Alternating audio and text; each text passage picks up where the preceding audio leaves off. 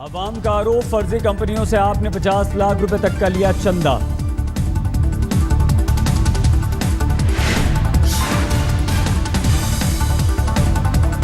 जो बोगस कंपनियां हैं, फर्जी कंपनियां हैं, वो कंपनियां कोई बिजनेस नहीं करती, एक पैसे का माल नहीं बनाती, किसी को कोई माल नहीं बेचती। अवाम के खुलासे पर बीजेपी भी हुई मुखर, कहा आपने बनाई हैं 31 अवाम के खुलासे पर बोली आप, कहा नहीं किया कोई गलत काम, किसी भी जांच का सामना करने को तैयार। इसी सरकार के गृह मंत्रालय ने ओरल सबमिशन में कोर्ट के सामने कहा है कि फंडिंग में कोई दिक्कत नहीं पाई गई। उसके बावजूद अगर इस तरीके का अनर्गल आरोप हमारे ऊपर लगाया जाता है चुनाव के ठीक पहले, तो ये साफ तौर पर वोटर को गुमराह करने की कोशिश की जा रही है। ओरल सबमिशन में कोर्ट के सामने कहा है कि फंडिंग में कोई की कोशिश कर रही थी हिंदुस्तान।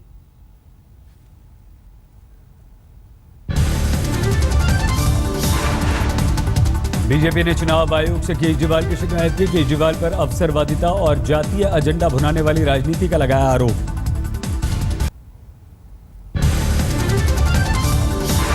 आपने भी चुनाव आयोग से बीजेपी के विज्ञापन की शिकायत, कहा विज्ञापन से वैश्य समाज का अपमान हुआ।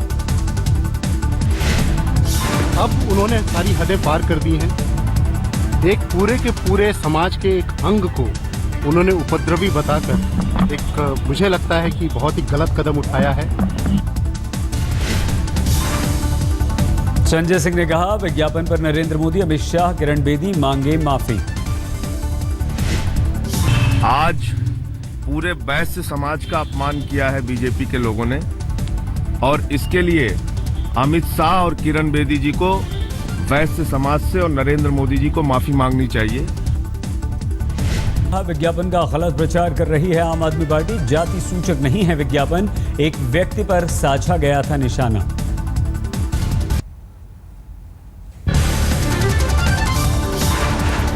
केजरीवाल पर बीजेपी ने कार्टून के जरिए किया था वार, आज अखबारों में छपा था कार्टून। बीजेपी ने विज्ञापन में गणतंत्र दिवस समारोह के बहाने केजरीवाल पर कसा तंज, कहा पहले समारोह बिगाड़ने के बाद में पास के लिए लगाई गुहार। बीजेपी के विज्ञापन पर केजरीवाल ने जताई कड़ी आपत्ति, कहा मुझे उपद्रवी गोत्र बताने वाली बीजेपी पूरे अग्रवाल समाज से मांगे माफी।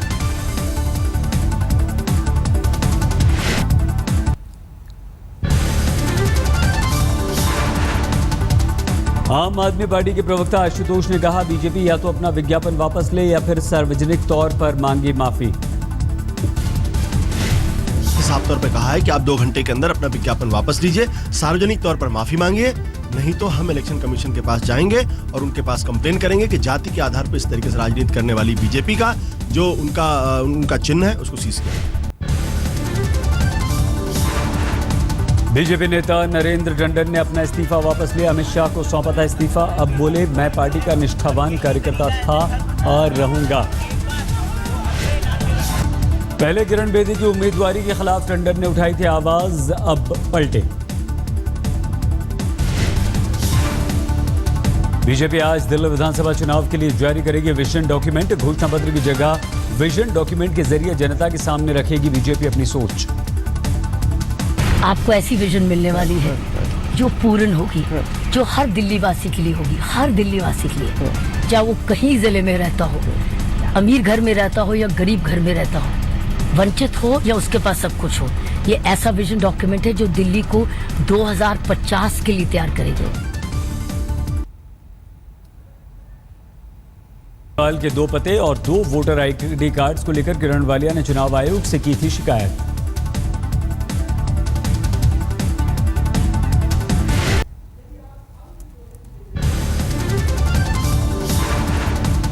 गांधीनगर में किरण बेदी ने किया रोड शो, बोली इस बार सच और झूठ के बीच है जंग, कहा 60 सालों से कांग्रेस ने देश को बनाया गरीब, विकास है बीजेपी का एजेंडा। पूर्व मुख्यमंत्री शीला दीक्षित ने बीजेपी और आम आदमी पार्टी को दी चुनौती, कहा मेरे खिलाफ भ्रष्टाचार का एक भी सबूत पेश करके दिखाएं।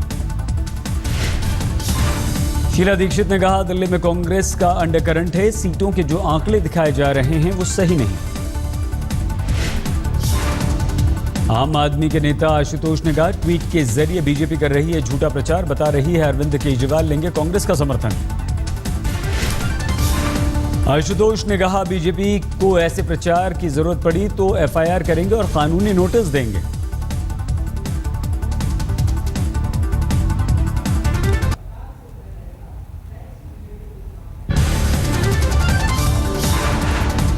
प्रोटोकॉल तोड़कर सुषमा स्वराज से मिले चीनी राष्ट्रपति शी जिनपिंग। कैलाश मानसरोवर के नए रास्ते को औपचारिक बनाने पर भारत और चीन में सहमति।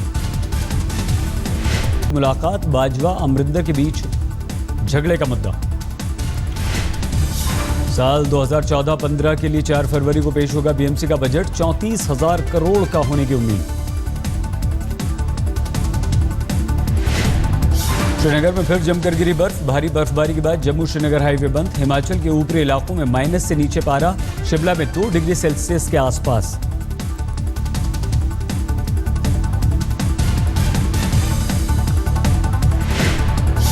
उत्तर भारत में फिर बढ़ेगी ठंड। वेस्टर्न डिस्टर्बेंसेस से पंजाब, हरियाणा, राजस्थान, दिल्ली समेत समूचे एनसीआर में 2-3 फरवरी को बारिश का अनुमान।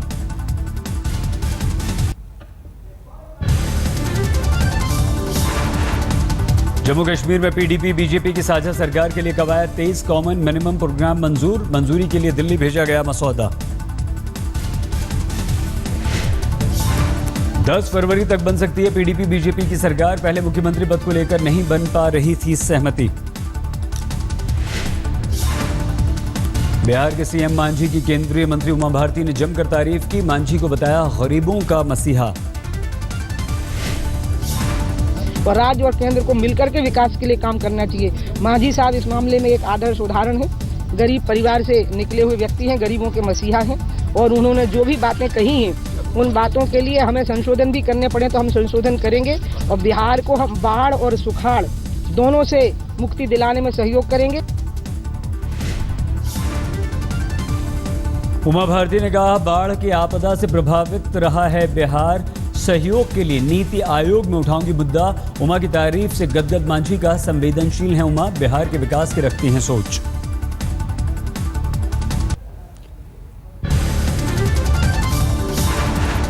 यूपी के बदायूं में बीजेपी नेता साध्वी प्राची का विवादित बयान। आजम खान और शाही इमाम को घर वापसी का दिया निमंत्रण।